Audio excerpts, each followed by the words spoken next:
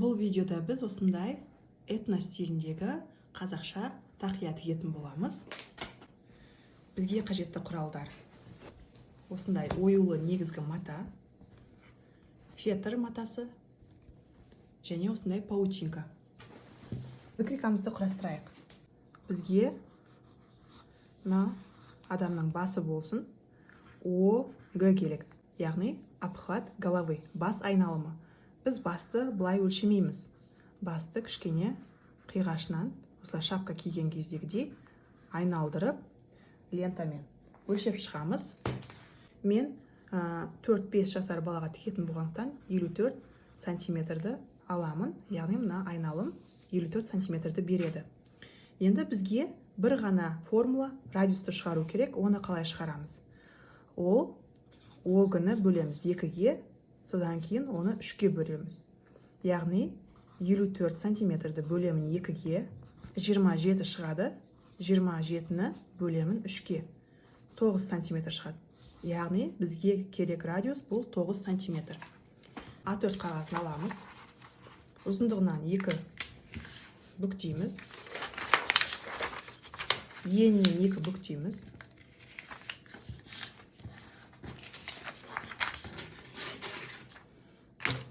Осы пайда болған сызықтарды осылай сызып шығамыз.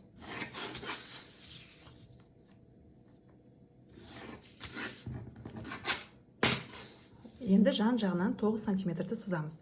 Сызғышты осылай ұстаймыз, яғни мына бас жағын осылай сызып шығамыз.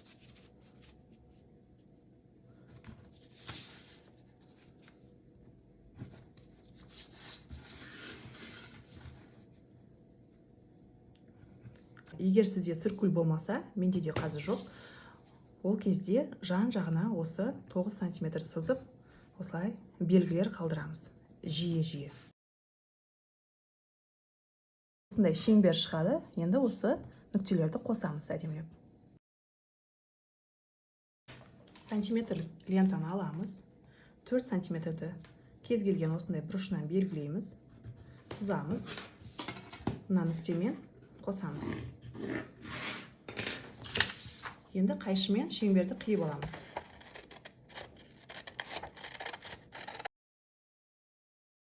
Мынау біздің шеңберіміз.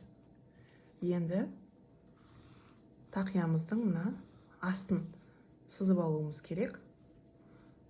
Ол ОГ қосылған 2 сантиметр ұзындығы. Менде 54 қосылған 2, 56 сантиметр болады. Ені дайын күйінде 5 немесе 6 сантиметрді алуға болады. Мен кішкентай балаға тігетін болғандықтан 5 сантиметрді аламын.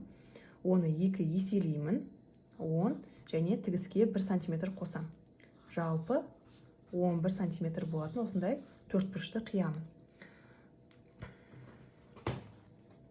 Ал негізгі матадан мына шеңбердің шетіне 1 сантиметр қосып, осындай 2 дөңгелек қиям. 2. Негізгі мата жазып қояйық. Негізгі матадан 2 штук, 2 шеңбер, мына жағын қимаймыз әзір. Және мына детальді осылай ұзыннан қиып аламыз. Паутинка матаны тура осылай көшіріп аламыз. Яғни мына негізгі детальді қиып алғаннан кейін соған осылай бастырып 2 дөңгелек, 1 ұзындық қиып аламыз. Ал фетр матасынан мына детальді толықтай көшіреміз. Тігіске ештеңе қалдырмаймыз. Мына бұрышын осылай қиып тастаймыз. Және мына тақиямыз дайын күйінде 5 сантиметр ғой. Тура соны ені 5 сантиметр, ұзындығы мына ұзындықпен бірдей 56 сантиметр болатын детальді қиып аламыз. Негізгі матамыз мынау төбесі. Біздің тақиямыздың төбесі болады. Яғни мына узор әдемі осылай түсу керек.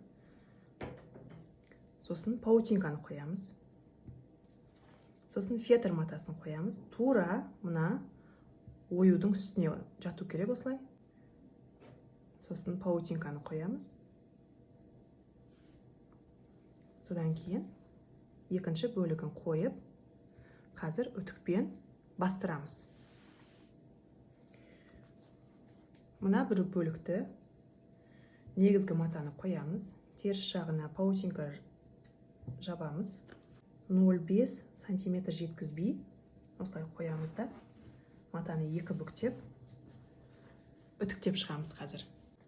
Барлық бөлігі осылай бірігіп бір деталь болады. Осылай бастырамыз. Бағанағы артық 1 сантиметрді қазір бастырып қиып тастайтын боламыз.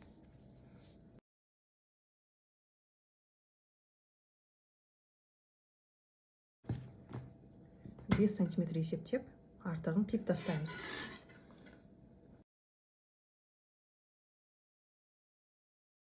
Енді тігін машинасына барып тігеміз. Өзімізге қажет тігіс түрін таңдайық. Мен қазір мына сының астындағы осындай күрделі зигзагпен тіккім келіп тұр. Оған ауыстыру үшін селекторды сыға қоямын. Ал астыңғы қызыл түске ауыстыру үшін мына SS-ге қойып, қазір тігетін болам. Мынау бізде тақияның төбесі, сыртқы жағы, осындай оюы әдемі болып тұру керек. Сол себепті біз іштен тігеміз қазір. Мына екі бөлікті мына оюланған жермен мына жерді осылай бірдей қоямыз. Инеміз, зигзагымыз мына екі матаны алуы керек. Дәлдеп инені түсіреміз.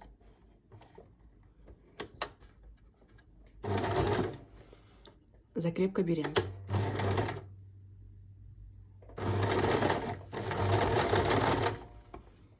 Енді матамызды осылай жақындатып отырамыз.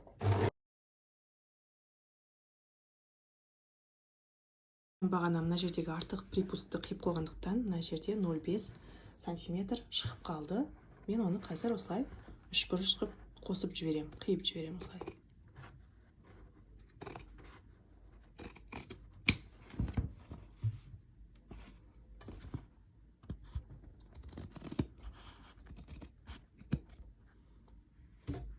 Мінекей.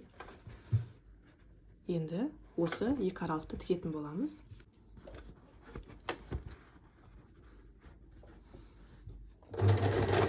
Закрепка береміз. Мінекей біздің сыртынан да, ішінен де сапалы этно тақиямыз дайын болды. Міндетті түрде тігіп көріңіз. Төбесі өте әдемі. Оюы бұзылмаған күйінде қалды.